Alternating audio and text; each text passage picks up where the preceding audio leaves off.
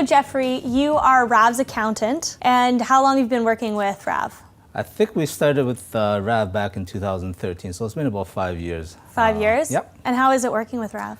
Rav is quite a character. He's got lots of stories to tell. Yeah. They're all very interesting. He's, being a TV host, he likes to talk a lot, and I like to listen a lot. So I think it's a good combination. Perfect match. Yeah. So Jeffrey, tell me, what are the write-offs that a person who's investing in real estate can now start to have the benefit of because of their involvement in real estate? Because you have to keep an eye on all the expenses that you do with respect to dealing with that rental property. And so if you're visiting that site on a regular basis, keep track of your kilometers. So that's going to be a write-off for tax purposes, right? The most common expenses that you should keep track of, and these I might be stating the obvious, but it's property taxes, your mortgage interest, travel costs that I just mentioned, any insurance that you might pay just to keep the property running, and any hydro and whatnot. And what about now things that are helping you run your business, like maybe your laptop and your phone? Are those legitimate write-offs? They are, but if you have only one property, then really you have to make sure that it has to be associated with owning that property. And if you only have one property, do you really need a computer to run that whole show?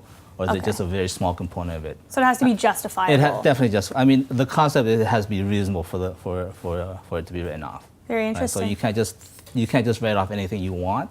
It has to be reasonable within the act. Okay. And what would you say are 3 of the most important things that someone should look at when choosing an accountant to help them if they are a real estate investor? I think one is accessibility. I mean, you want to make sure that whenever you're calling an accountant, they're available to speak to you.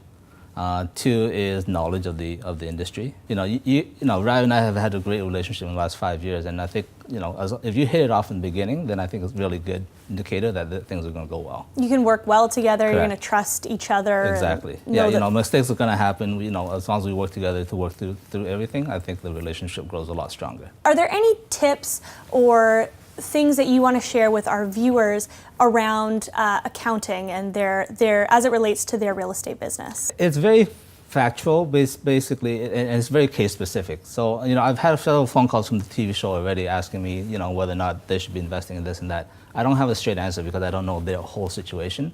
So I think the best thing is just to speak to somebody, to let them know what your situation is. Because, I had a call the other day from a potential, and they want to invest in real estate, but they weren't making that much annually.